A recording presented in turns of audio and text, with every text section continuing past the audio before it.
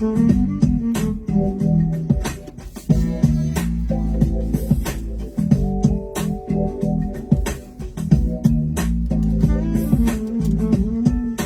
here we are again. Good morning, and good morning to all of you.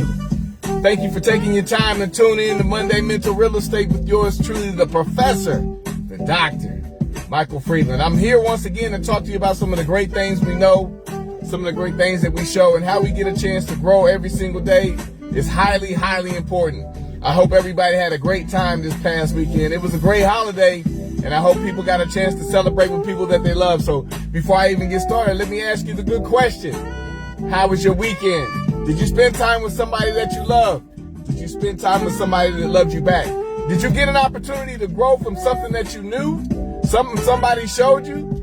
Did you add value into somebody else's life as you got a chance to move forward? Did you take this life serious another week?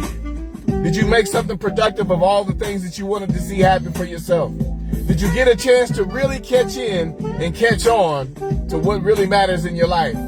Isn't it something how sometimes just pulling away gives you an opportunity to readjust, retool, get yourself together, and get back in the fight? It's every single day that we get a chance to just fight. Every single day we get a chance to just do a little bit more, but today is no different, you know, because this is Monday Mental Real Estate. And we don't mess around on Monday Mental Real Estate. Every chance we get, every opportunity that we have, we waste not. If you don't want not, don't waste not. Come on, y'all. This is what we're doing today. So let me ask you again, how was your weekend? I hope everybody had a fantastic, fantastic opportunity to spend time with people they love. It was a great holiday. We got one more. That's the turn of the clock to get ready for another year, to get ready for another new year. And in that new year, who's to say what's going on in 2026? But today is something special for you. So let me get back into this thing because I got to hold on to what we got because we're going to do more. Today, Monday Mental Real Estate with yours truly, Professor Dr. Michael Freeland. I'm here to talk to you about your positive and your negative, talking about your mental real estate, discussing the positive and negative contributors to your mindset. And what does that mean for you?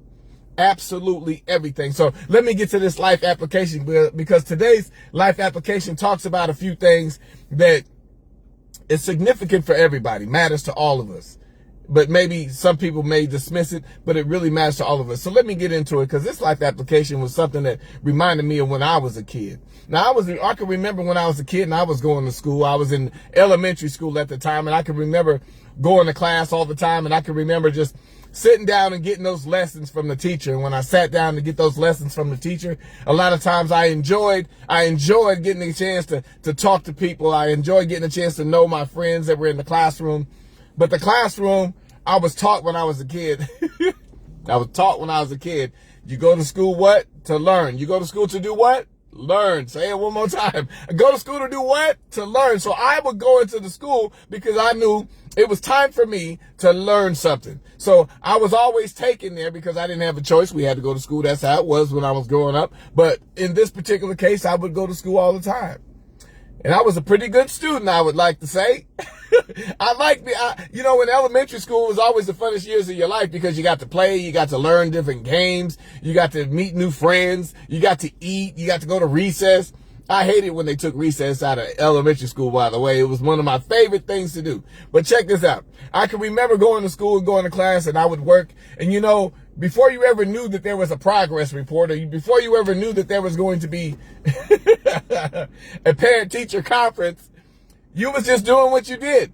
You thought when they dropped you off to school that you was at the submission of the teacher and you did what they told you to do. But you didn't understand that there was going to be an answer or a reckoning for that one thing that you did. So here's what I did. I can remember going to class and then they said, give this letter to your mom or give this letter to your dad. So I would give the letter to them and I would take it home and I give it to them and they say, oh, we got a parent-teacher conference coming.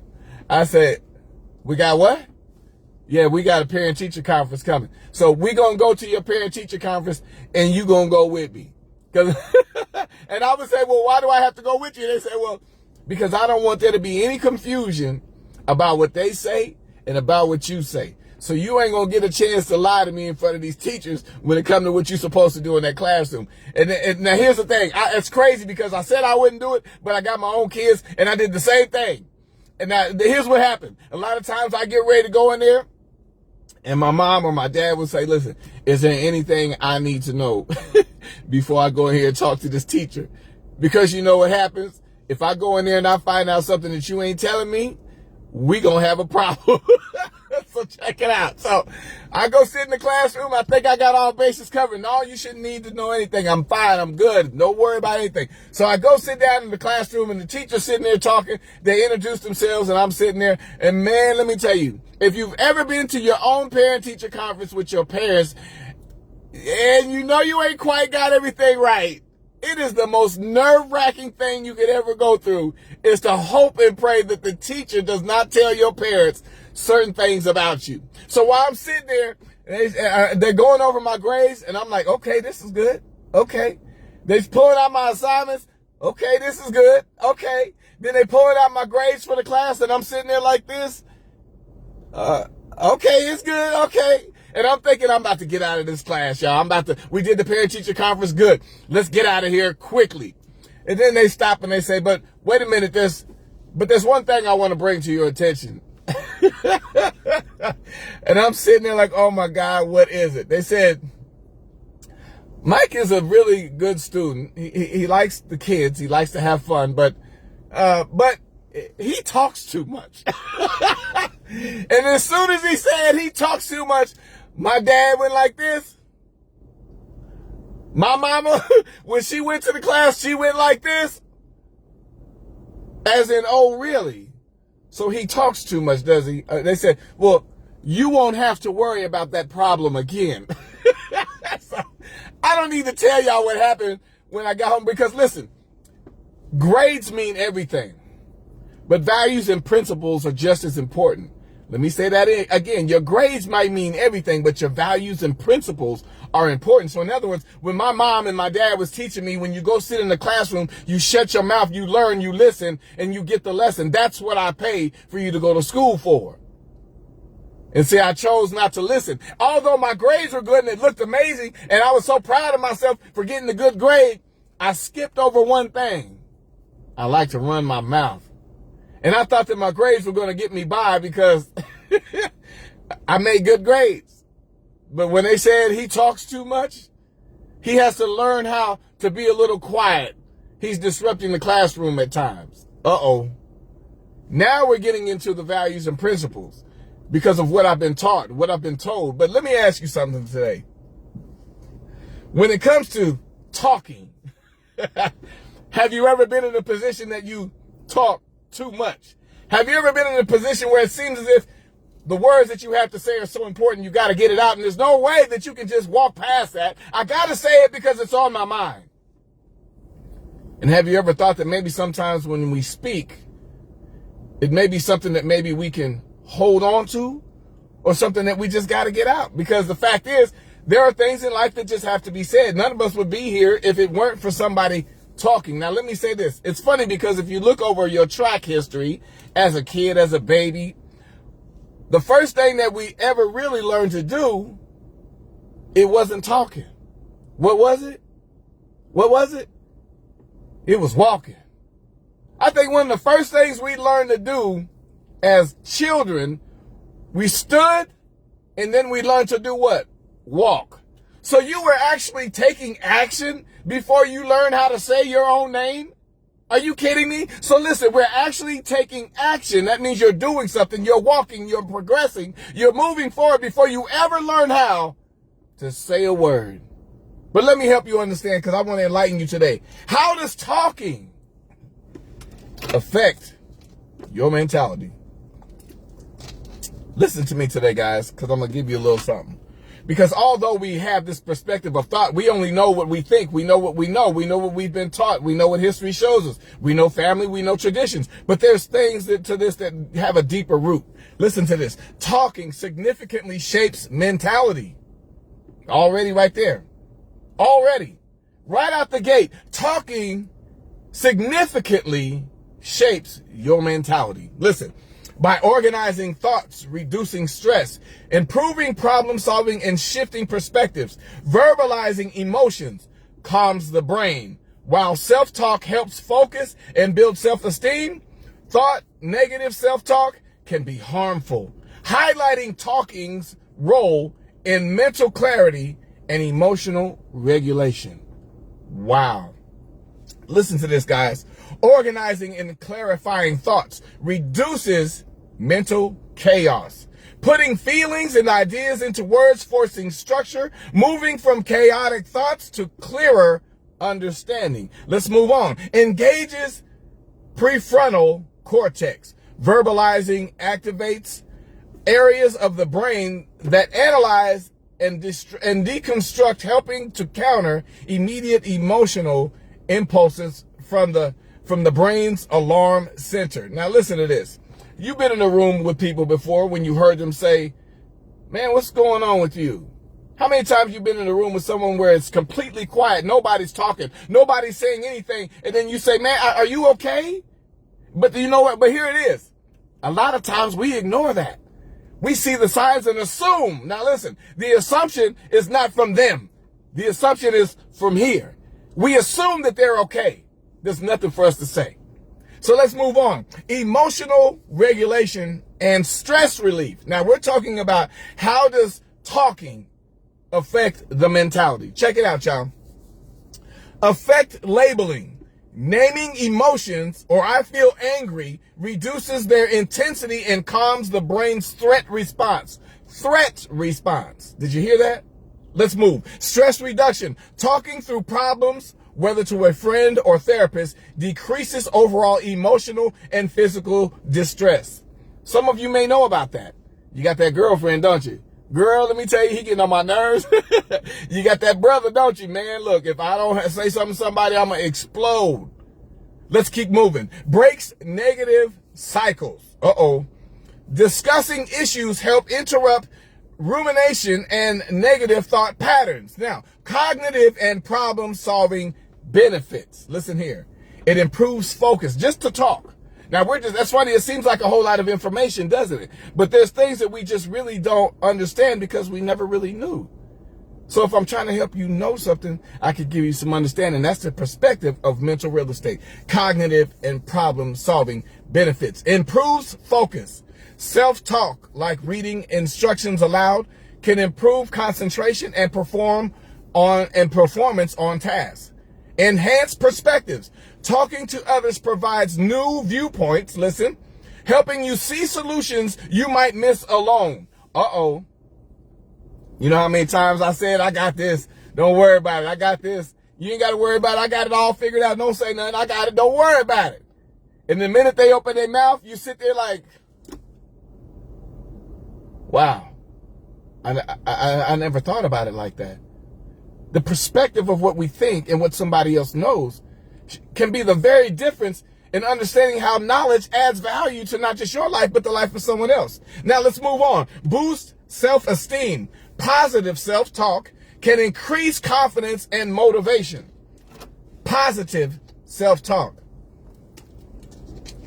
can increase confidence and motivation. Now, let's go here because there's some pitfalls here. Now, the potential pitfalls are this. Negative self-talk. Nobody needs to know about this, right? Negative self-talk. Listen here. Constant self-criticism. I'm going to put my hand up right now. Constant self-criticism is linked to anxiety and depression. Now, I don't know if I got anxiety and depression, but man, I've been rough on myself so many times. But listen here. Unproductive venting. Listen, without structure, one more time. Without structure, venting can sometimes reinforce negative feelings rather than resolve them. Dang. Listen to that, y'all. I got to give that to you one more time because I'm hitting home with some people right now because unproductive venting. How many times have we just bled off on somebody? And we said everything we needed to say, and by the time we was done, man, that didn't help. I don't feel no better. I'm still angry. I'm still mad. I'm still frustrated. I feel lost. Without structure, venting can sometimes reinforce negative feelings. Reinforce. Can you imagine that? By you venting, and it's reinforcing the way that you feel in your negative feelings rather than resolve them. Now, how to talk effectively. Listen to this. It's very simple. So they say. For stress, use affect labeling or discuss with a trusted person. Here it is. For tasks, use instructional self-talk. Now listen, for deeper issues, engage in therapy or guided conversations to challenge negative thoughts. Now, here's the thing. As I was mentioning earlier, when we're talking about the talking point, is that even as you speak, a lot of times we realize we don't speak enough into ourselves. We talk a lot to everybody, don't we? But how often do we actually take the time to speak into this right here? This right here. How many times do we speak into this right here and this right here? Now, I'm saying this for a reason because a lot of times we'll end up in positions where our talking is actually going to work against us. Now, how many times have you messed up and called your own name? How many times have you done something wrong and said, doggone it, Mike? Man, that was so stupid, Mike. How many times have... Now, listen to me. We've been in positions many times where, and it's funny because we think we're just acknowledging something we've done wrong without acknowledging the fact that we're putting something on the inside that was designated to help us with whatever positive or whatever negative comes. Now, that's funny. We'll talk about our own mistakes. We'll tell ourselves, I can't believe you just did that, Mike.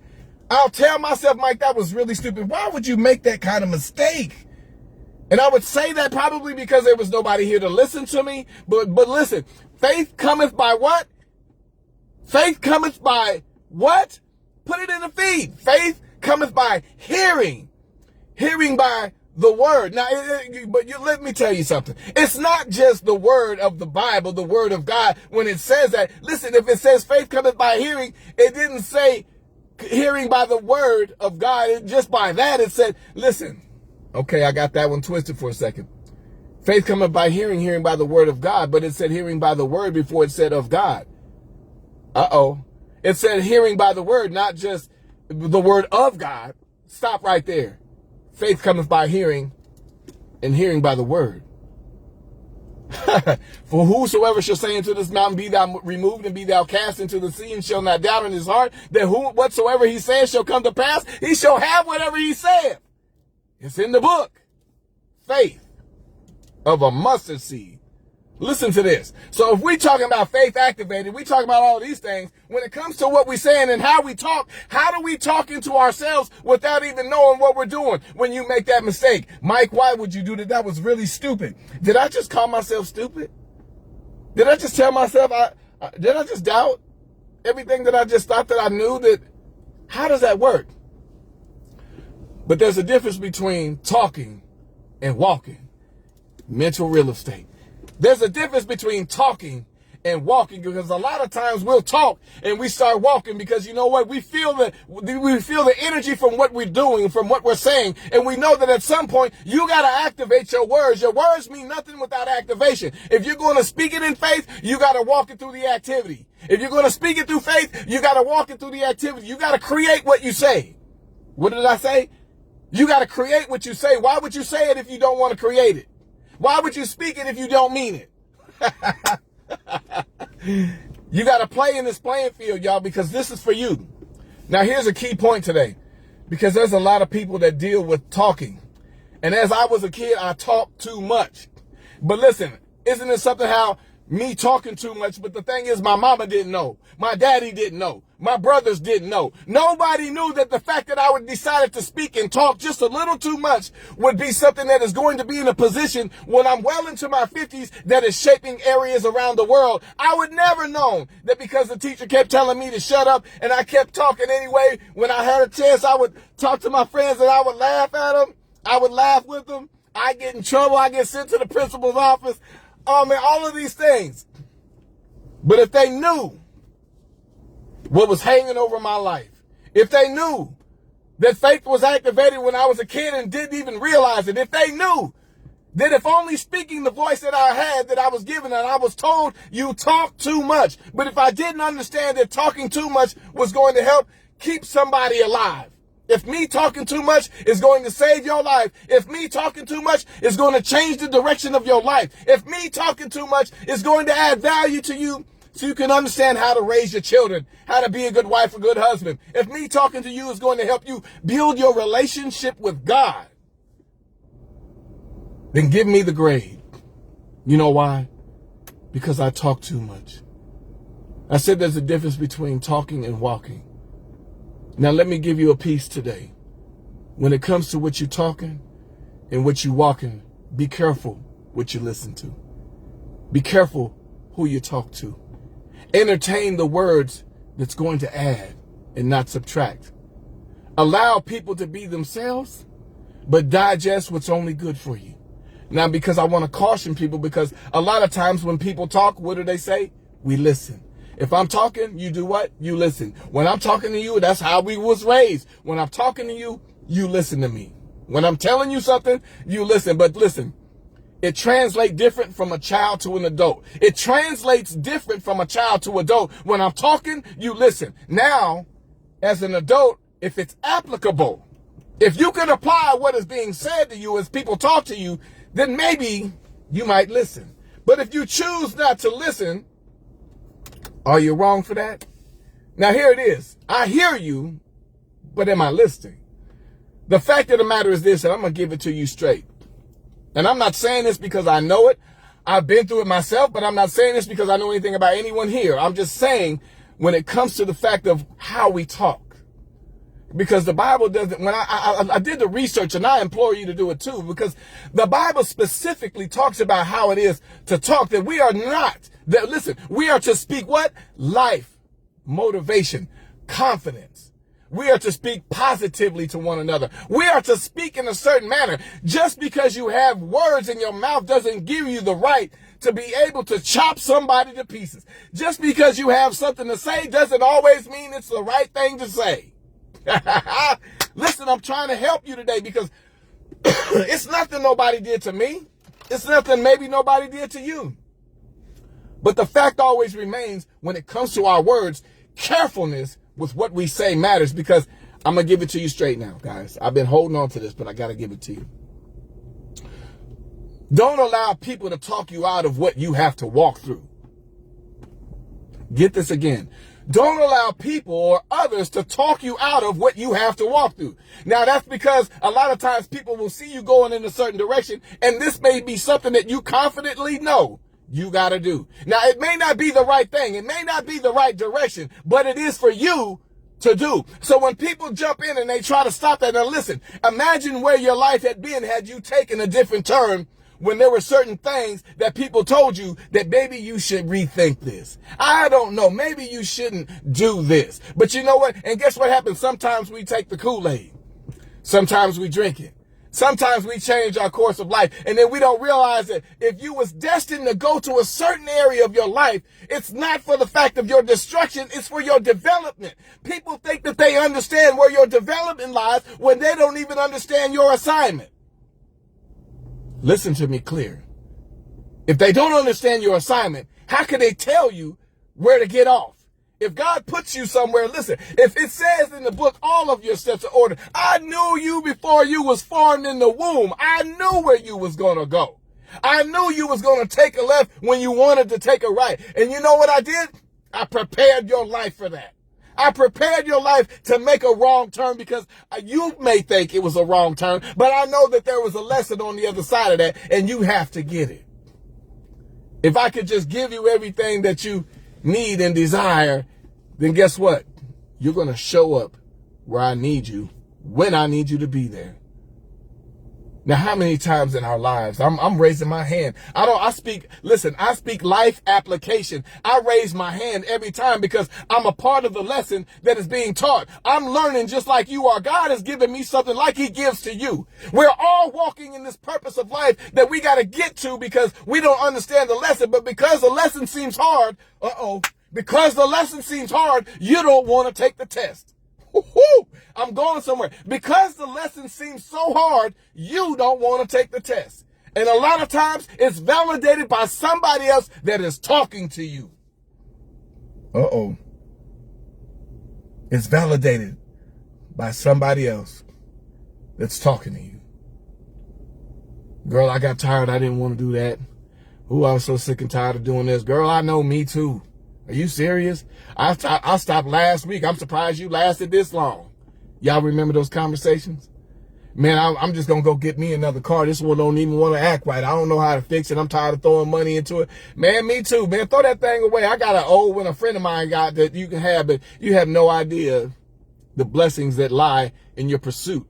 You have no idea the blessings that lie in your pursuit. Your pursuit is not just of happiness. Stop looking at everything in life like it's going to make you happy. It's not. It's not. That's the dream. We want to feel happy at all times. We love the feeling of happiness. That's why we entertain it.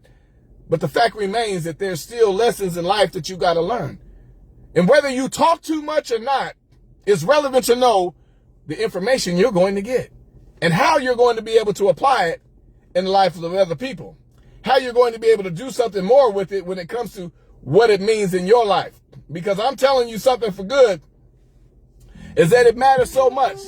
It matters so much what we do. Monday Mental Real Estate is helping people in more ways than you can ever imagine. We're going around the world with this thing. Why? Because listen, maybe I just talk too much. And if I don't talk too much, that probably means I ain't talking at all. But when it's all said and done, the words that I leave right here, as long as there's a digital system, will remain forever. What I have to say to you is only God-given. I don't know enough about you to pass any judgment. Let me say that now. But I know that when I get something from the Lord, when I get something in my mental real estate, it's to feed you your perspective, to help you understand that positive and that negative balance that you need so much in your life, just like me. So God bless you all. I hope that there was something said today that helps you to understand more about talking, help you to understand what to say, who to say it to, why to say it, and the value in what you say. It ain't about the negative connotations. It's not about the negativity. It's not, listen, stop the gossip. Stop the gossip. It sounds good though, don't it? Some of us have been gossiping so long we don't even understand that's what it is anymore. It's just conversation. But it's a different day. And we're being called to a different level in our life and a different purpose. And a different purpose. We're being called. Every single one of us are being moved in another direction for a different purpose. And it can't go the same way that we've been going 5 years ago. It can't go the same way that we did 6 weeks ago. It cannot go the same way because we had a bad relationship 5 years ago. We don't ever want to get married. We had some abuse in our lives as kids, and now we don't know how to talk to people. Stop looking at your history and start looking forward to what God has for you in your life.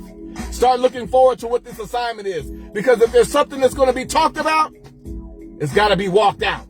So don't allow people to talk you out of what you're trying to be walking out. If it's in front of you, keep moving. If you know you're destined, keep moving. And if people get out, if they get in front of you, they're objects. Move them out the way. Stand fast for what God has for your life, and you'll see the results of what I'm saying. This is great stuff today, and I hope somebody learned something on this Monday Mental Real Estate. God bless you all. We got through Christmas, and now we're getting ready to get into 2026. I said that for a reason. This shift of your mentality, your perspective of thought, quit moving into, Jesus. Quit moving into these new years looking at resolutions like they're Lucky Charms. Because there ain't no toy in the bottom of the box. Did you hear what I said? Quit looking at these resolutions like they're Lucky Charms, y'all. The reality of it is, if you want a good luck charm, start looking up. If you want a good luck charm, start praying. If you want a good luck charm, start walking out your dreams and your visions. There is your good luck charm. Allow God to be a part of everything you do in this life, and you're going to see the prosperity that you so deserve. But there's going to be a price. Nobody said it would be easy, but I don't believe He brought me this far to leave me. God bless you all. Let me shout some people out. God bless you all this morning. My sister, first and foremost, Arlene Collins Wilson. I love you, sis. Tell my brother Eric I said hello as always. I love both of you. Keep doing what you do on Tuesdays. And if you guys haven't ever tune in to Arlene Collins Wilson. She always gives a powerful, strong word to help you elevate your life and your marriage. So please tune in to her. A great person. Thank you, sister. And my good friend, Arlene Collins Wilson. Ronnie Tisdale, God bless you. Thank you so much for being in here. I appreciate you, my dear. Always good. Always good. Let's keep it going. Paulette, how are you? Who did I miss in here? Well, I'm seeing names. I'm trying to get to everyone. Paulette McNeil, how are you? God bless you. Thank you for tuning in for Monday Mental Real Estate. As always, I appreciate you for coming in. Felicia McGlory, I appreciate you. Thank you for being in here, my brother. I see you, Johan. What's going on, big bro? Yes. That's right. Allow people to be themselves and take what's good for you. That's right, big bro. I appreciate you. Love you, man, as always. And my other big bro, Antoine Montooth in PA. What's up, big brother? How you doing, Antoine? God bless you. Thank you for hopping in here. And also, Chandrika McDowell, the author, Chandrika McDowell, y'all. That book, get ready because it's coming. If it ain't out yet, trust me, I'm going to put it out there as soon as it get out here. Yolanda Shaheed, the great fan of Mental Real Estate. Thank you for supporting me in everything that we do. Thank you for being who you are, for your prayers, your consistent faithfulness to Mental Real Estate and Monday Mental Real Estate as a whole. Miss Chantel, how are you? Great morning to you. I see you doing amazing things, amazing work. Continue to do what you do. The elevation is over your life. God bless you. I speak so much life into you because you truly, truly deserve it. Moni Maples, what's going on, my good friend? It's been a minute, but I appreciate you for tuning in. It's been great. Jetta Thompson, I appreciate you, mother. Thank you for tuning in as always. It's been good today. God has been good today. And if first and foremost, continue to keep him first. Continue to add value to yourself. Oh, no, I don't. Angela Johnson. What's up, my girl? That's one of my best. You know, girls call girls besties and stuff, but this one right here, yeah, she's that one. That's my dog. That's my friend. That's my special sister. She's somebody I truly love. So listen, Angela Johnson, God bless you. Thank you again for taking the time to get up and tune in to Monday Mental Real Estate. And last but not least, my life's blood, the whole circulation of everything that I do, my mom, my mother. Thank you, mama, for being in here. Thank you for being a part of everything that I'm doing. Monday Mental Real Estate couldn't do it without you. Monday Mental Real Estate is a part of everything that we do. And mama, you're very much a part of it. So God bless you, mother. Thank you so much for just loving on your son, for prayers and all. So God bless you all. Take care of yourselves. Have yourself a safe week and a safe journey throughout this time. But listen, the next time I see you, we're going to be into next year. So whatever you decide to do, give God the praise, give him the glory, because you know what? We're blessed to be here, even more blessed to stay here. So let's move into 2026 with the right mentality. And sometimes it's okay to say what you need to say, but you got to realize if you talk too much. God bless you all. We'll talk again soon. Take care, guys. Bye-bye.